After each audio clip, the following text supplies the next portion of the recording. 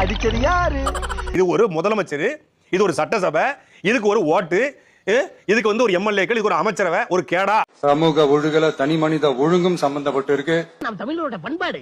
டேய் கிளப்பாடு, பண்பாட்டை பத்தி நீ பேசுறீ. அவரோட பொண்டாட்டி பிள்ளைங்க எல்லாம் பொட்டு மாமா எங்க ஒரு வருஷமா காணோம் அப்படின்னு தேடிக்கிட்டு இருக்காங்க. கடைசியில எங்கடான்னு பார்த்தா அவர் அவரோட ஃப்ரெண்டு கூட உட்காந்து கேக் வெட்டி பர்த்டே பார்ட்டி செலிப்ரேட் பண்ணிட்டு இருக்காரு.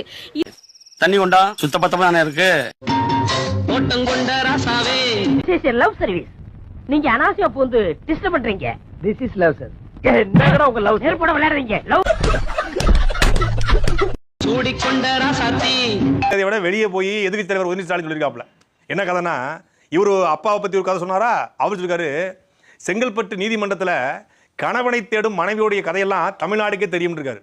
கொடூரம். உங்க அப்பா இங்கதான் இருப்பாருன்னு சொன்னாங்க, அதான் தேடிக்கிட்டு இருக்கேன். எங்க உங்க அப்பாவையா காணோம்? இங்க பேசிக்கிட்டு இருக்கா சொல்றாங்க அப்படின்னா அப்பாவை காணமே உதயநிதி தேடுற மாதிரி தெரியல. விஜய் அவருடைய 2 பசங்க தான் அவங்க அப்பாவை தேடிக்கிறாங்க அப்படின்னு அவங்க கேட்கறாங்க. இப்ப சமூகத்தை எங்க பண்ணிட்டு இருக்காரு? எங்க உங்க அப்பாவையா காணோம்? கலிகாலமாய் போச்சு. நாங்க சொல்ல வேண்டியதெல்லாம் நீ சொல்லி எங்கடா போற? என் பொண்டாட்டி 6 மணில இருந்து காணுங்க. அவ தேடிட்டு போறணுங்க. என் தகப்பனையும் 6 மணில இருந்து காணோம். தேடிட்டு தான் போறேன்.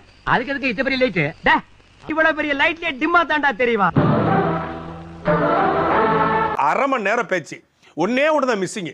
ஒரு இன்ட்ரோடக்ஷன் சாங்கும் ஒரு குத்துப்பாட்டும் இருந்திருந்தா உண்மையிலே ஒரு கமர்ஷியல் படம் பார்த்த மாதிரி, குஷி பார்த்த மாதிரி, பிகில் பார்த்த மாதிரி, பீஸ்ட் பார்த்த மாதிரி, உங்களுடைய கோரிக்கையும் நிறைவேற்றப்படும். நம்ம இந்த அரசியலுக்கு வர்றதுக்கு முன்னாடியே மீனவர்களுக்காக நாகப்பட்டினத்தை போராட்டம் பண்ணியிருக்கிறோம். எப்படி மீனவர்களுக்காக நாகப்பட்டினம் போராட்டம் 2008 ஈழத் தமிழருக்கு ஆதரவா உண்ணாவிரதம் போராட்டம் செஞ்சோம். விஜய் அவர்களிடம் கையெழுத்து வாங்குவதற்காக நாங்கள் படப்பிடிப்பு தளத்திற்கு சென்றோம். அவர்கள் இதை பார்த்தவுடன் ஐ ஆம் நாட் இன்ட்ரெஸ்டட் என்று சொல்லி எங்களுக்கு திருப்பி அனுப்பிவிட்டார்கள்.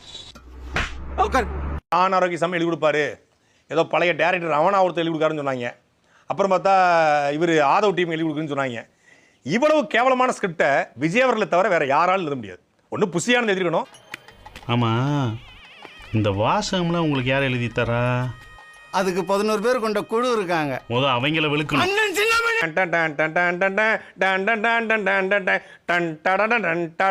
மியூசிக்கை மட்டும் அனிருத்த கூட்டி போட வேண்டிய உள்ள.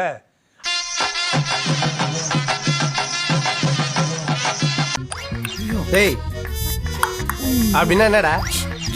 டேய் என்னடா சொல்றான் அவன்? அந்த கசாப்பு கிடக்காங்க.